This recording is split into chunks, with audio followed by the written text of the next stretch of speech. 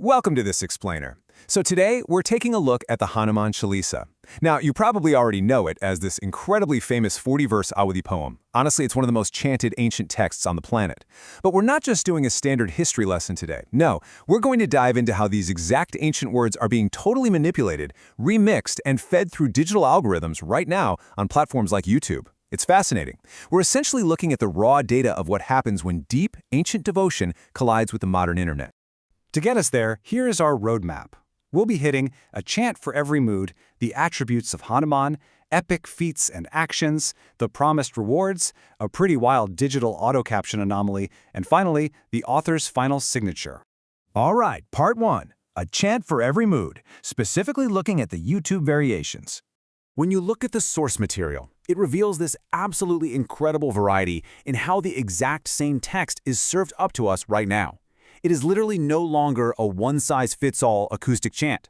For instance, you've got channels like Mantra Marg packaging it as a healing version or a calming devotional prayer. Then Sangeet Moksha markets it for deep relaxation so you can just, let go of stress.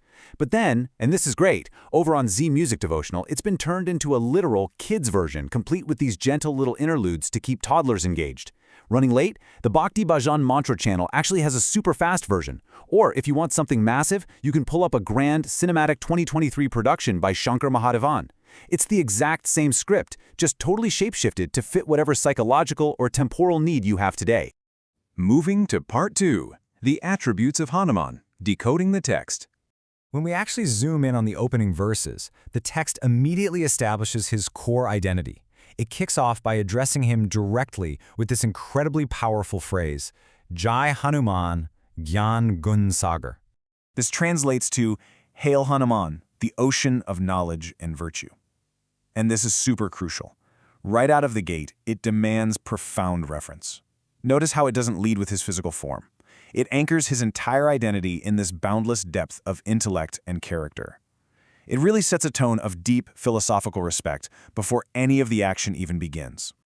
But right after establishing that profound wisdom, the very next line totally pivots with Ramdut Atulit Baldama, meaning Ram's messenger, the abode of immeasurable strength. So he's defined equally by these two massive pillars, his absolute devotion as Lord Ram's messenger and his completely unmatched immeasurable physical power. He's the ultimate servant, right? But also the ultimate warrior. The text just masterfully weaves together absolute humility with absolute might. Let's look at part 3, epic feats and actions, basically the mini-narratives. Moving beyond just his attributes, the text essentially acts as a high-speed highlight reel of epic mythology. You can map out a literal sequential micro-story right inside the verses. He assumes a terrifying, massive form to burn the city of Lanka. Then he's flying across the sky bringing back a magical life-saving herb to revive Lakshman. And ultimately he accomplishes Lord Ram's divine cosmic work. It's basically an action movie packed into just a few short rhythmic lines. This makes these grand cinematic moments incredibly easy for whoever is chanting to just instantly visualize. Part 4, the promised rewards. Or, why do people actually chant this? I mean, think about it. Why do millions of people engage with this text every single day? Whether they're using it for stress relief or playing that super fast version on their morning commute? Well, the answer comes down to pure utility. The poem makes some very explicit promises to the listener, starting with this line, Nase rog hare sabpira. It is promising real-world, tangible benefits, curing physical illness and taking away all pain, driving away ghosts and evil spirits so you have absolute protection. And it goes even further than that, claiming Hanuman will grant the 8 supernatural powers, known as siddhis, and the 9 divine treasures, the nidhis. And to top it all off, it promises to grant the ultimate fruit of life to anyone who brings their heartfelt desires to him.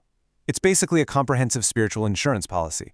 It covers health, wealth, protection, the whole shebang.